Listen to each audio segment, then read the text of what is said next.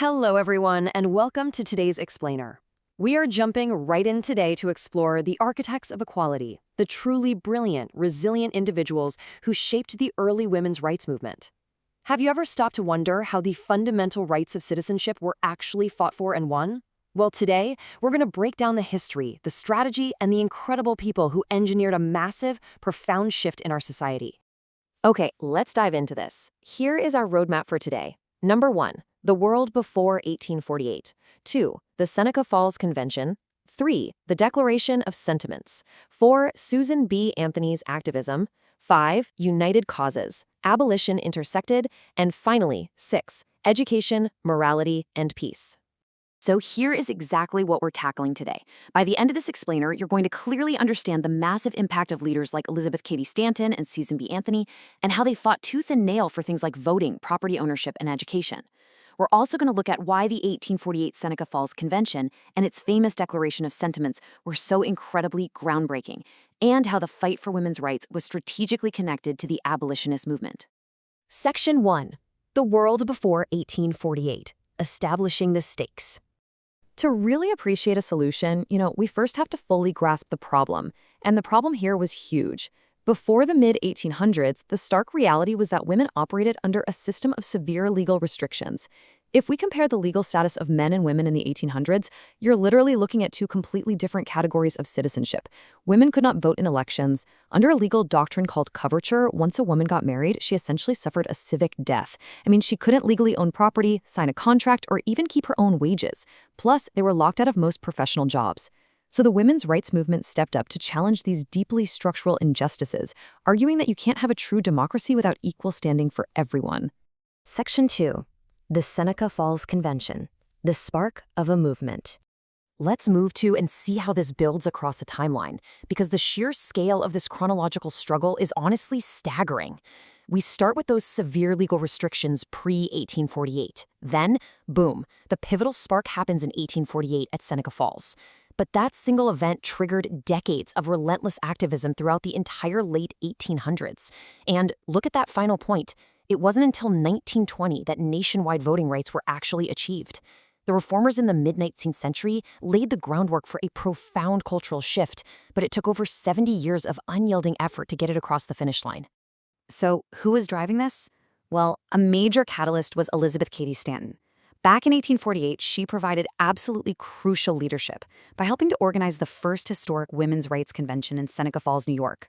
Over 300 people showed up to this two-day summit, including prominent abolitionists like Frederick Douglass. It was a total turning point, a bold, organized gathering that brought women and men together to publicly demand systemic change. Section 3. The Declaration of Sentiments, a blueprint for equality. And this brilliantly illustrates the strategic genius of Elizabeth Cady Stanton. At Seneca Falls, she presented what's called the Declaration of Sentiments. She deliberately modeled it right after the United States' own Declaration of Independence, where the original famously stated that all men are created equal. Stanton updated it to declare that all men and women are created equal. By doing this, she cleverly used the nation's own founding principles to demand fairness. She was basically saying, hey, your own philosophical blueprint demands this. It was an airtight argument. Section 4. Susan B. Anthony's activism. Boots on the ground.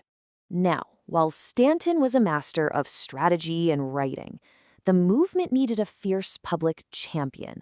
But before we introduce her, let's make sure we're on the same page with our vocabulary. Suffrage. It simply means the right to vote in political elections.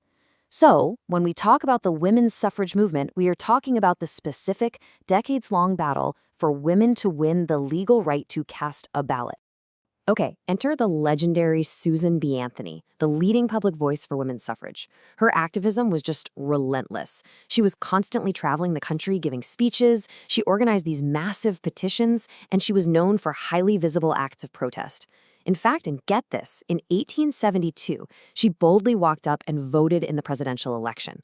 Totally illegal for a woman to do at the time, and she knew she'd likely be arrested, but she did it anyway to publicly challenge the 14th Amendment in court.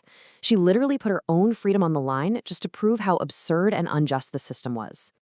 Section 5. United Causes. Abolition intersected. The fight for universal rights. It's really important to realize that the women's rights movement did not happen in a vacuum. For many reformers, as highlighted in our source material from HeroesMart Academy, their conviction actually came from a profound theological and moral foundation. The text points to Galatians 3:28. There's neither Jew nor Gentile, nor is there male and female, for you are all one in Christ Jesus. For activists at the time, this served as a powerful moral anchor, demanding universal equality and human dignity for everyone. So the crucial point is that these activists saw human rights as deeply interconnected. Many of the most prominent women's rights advocates were also fierce abolitionists fighting to end slavery. They shared resources, speaking platforms, and philosophies. They firmly believed that all people, completely regardless of race or gender, deserved equal rights. Bringing these two massive causes together made the broader push for human dignity so much stronger. Section 6. Education, Morality, and Peace. Connecting history to wisdom. All right, let's see what you remember. Time to synthesize this. Question: when and where did this movement effectively organize, and who penned its defining document? You got it. 1848, the Seneca Falls Convention in New York. And it was Elizabeth Cady Stanton who wrote the groundbreaking Declaration of Sentiments, providing the vocabulary for the entire long fight ahead. Question number 2. Keeping the energy up. Why did Susan B. Anthony vote illegally, and exactly how did her fight connect to the abolitionist movement? She voted illegally to directly protest unjust laws. And it connected to abolition because both movements shared the core belief that equality applies to everyone, period, regardless of race or gender. Now, what's really interesting about this slide is how the HeroesMart Academy source material challenges us to apply this history today. They pose a very serious, reflective question. What is the point of being smart and educated if we continue to make bad choices that hurt ourselves and others? The philosophy laid out in the Godly Learners series asserts that historical knowledge and pure intellect really have to be paired with a strong moral compass. The text argues that education without biblical morality will ultimately cause harm. From this perspective, just knowing the facts of history is only half the equation. Having the moral courage to actually do what is right is what truly benefits society.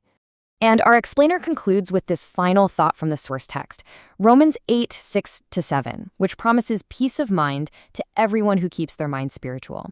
It's presented to remind us that our intellect, our pursuit of fairness, and our underlying moral compass are all deeply woven together. Thank you so much for joining me to explore the architects of equality. I'm going to leave you with this one thought to ponder today. What kind of moral foundation are you building your education upon?